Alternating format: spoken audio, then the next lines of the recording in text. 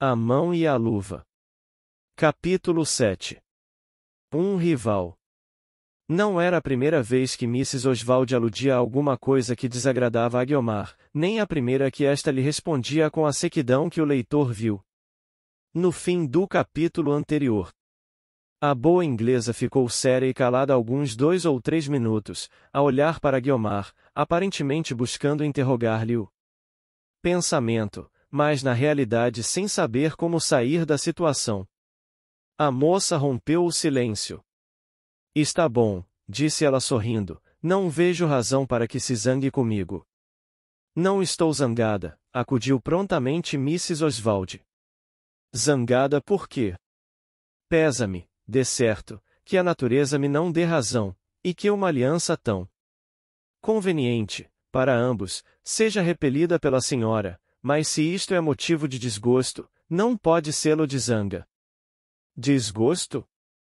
Para mim, e naturalmente para ele. Guiomar respondeu com um simples sacudir de ombros, seco e rápido, como quem se lhe não dava do mal ou não acreditava nele. Mrs. Oswald não atinou. Qual destas impressões seria, e concluiu que fossem ambas.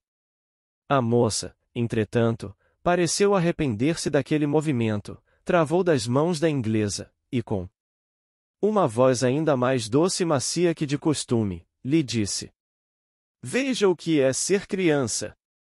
Não parece que ainda em cima me zango com a senhora? Parece. Pois não é exato. Isto são caprichos de menina mal educada. Dei para não gostar que me adorem. Minto, disso gosto eu, mas quisera que me adorassem. Somente, não lhe parece? E Guiomar acompanhou estas palavras com uma risadinha mimosa e uns gestos de criança travessa, que destoavam inteiramente da sua gravidade habitual. Já sei, gosta de uma adoração como a do doutor Estevão, silenciosa e resignada, uma adoração. E Mrs. Oswald, que, como boa protestante que era, tinha a escritura na ponta dos dedos, continuou por este modo, acentuando as palavras. Uma adoração como a que devia inspirar José, filho de Jacó, que era belo como a senhora, por ele as moças andavam por cima da cerca. Da cerca? Perguntou Guiomar, tornando-se séria.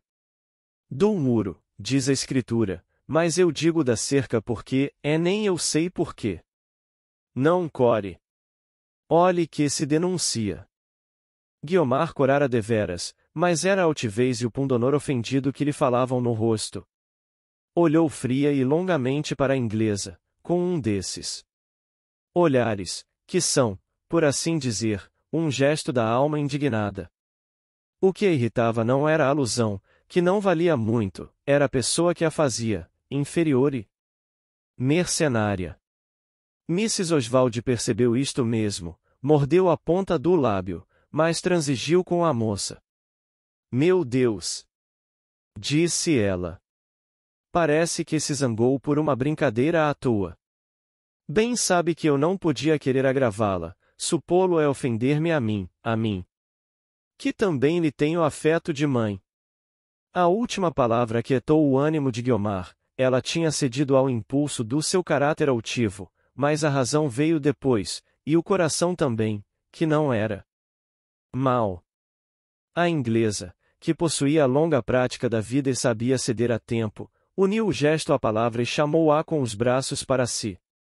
Guiomar deixou-se ir, pouco de má vontade, e a conversa teria acabado ali, se Mrs. Oswald não lhe dissesse com a mais doce voz que daquela garganta podia sair: Convença-se de que eu sou importuna e indiscreta por afeição, e que a felicidade desta família é toda a ambição da minha alma. Não pode haver intenção melhor do que esta. Um conselho último se me não consentir mais falar-lhe nisto, eu creio que a senhora sonha talvez demais. Sonhará uns amores de romance, quase impossíveis. Digo-lhe que faz mal, que é melhor, muito melhor contentar-se com a realidade, se ela não é brilhante como os sonhos, tem pelo menos a vantagem de existir. Guiomar cravara desta vez os olhos no chão, com a expressão vaga e morta de quem os apagou para as coisas externas.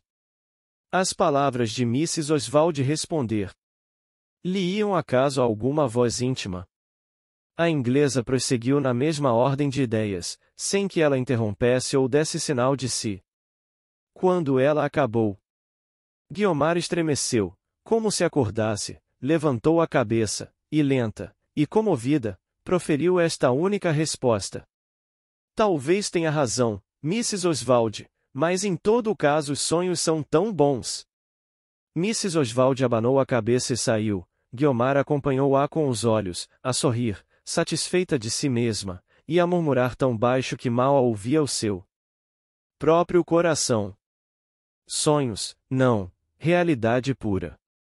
Suponho que o leitor estará curioso de saber quem era o feliz ou infeliz mortal, de quem as duas trataram no diálogo que precede, se é que já não suspeitou que esse era nem mais nem menos o sobrinho da baronesa, aquele moço que apenas de passagem lhe apontei nas escadas do ginásio.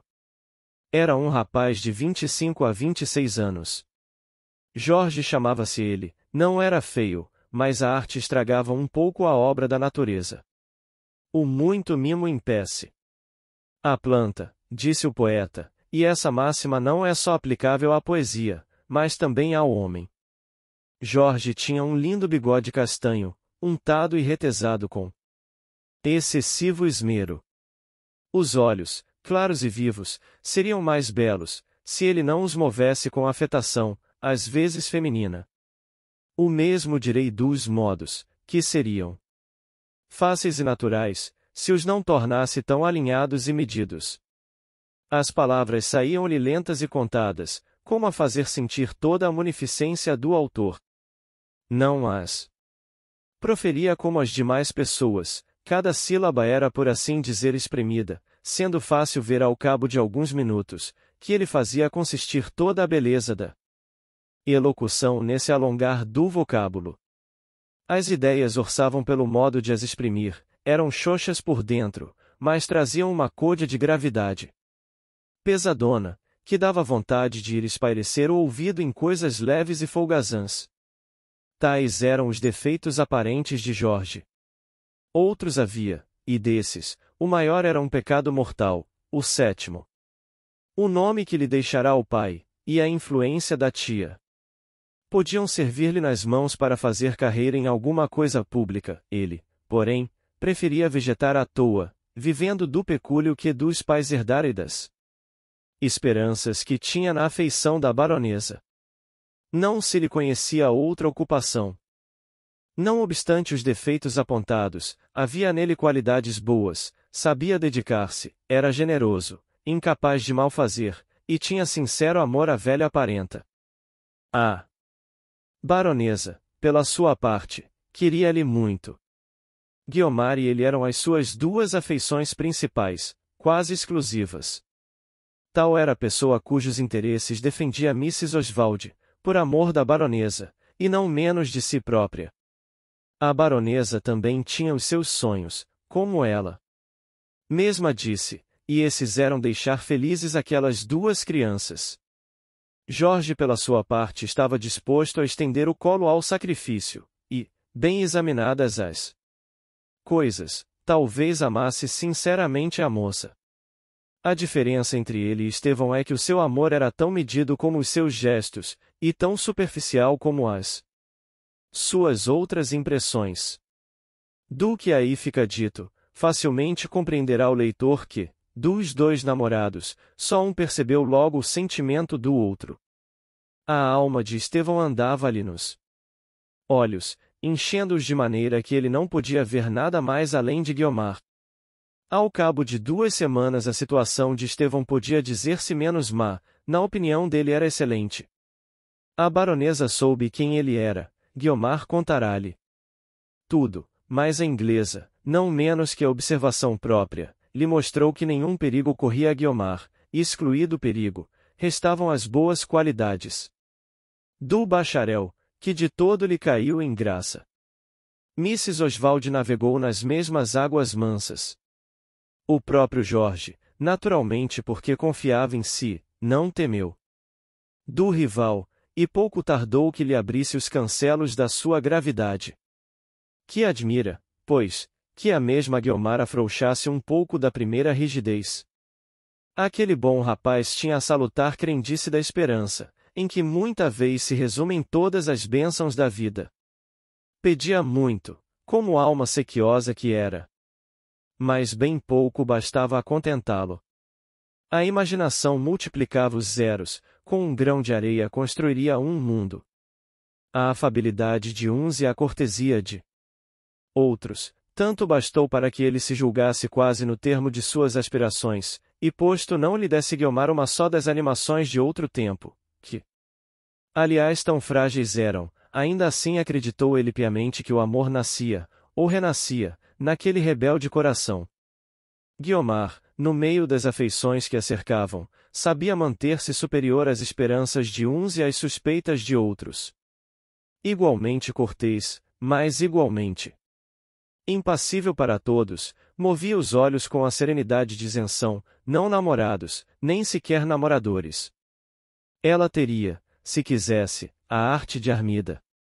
Saberia refrear ou aguilhoar os corações, conforme eles fossem impacientes ou tíbios, faltava-lhe porém o gosto, ou melhor, sobrava-lhe o sentimento do que ela achava que era a sua dignidade pessoal.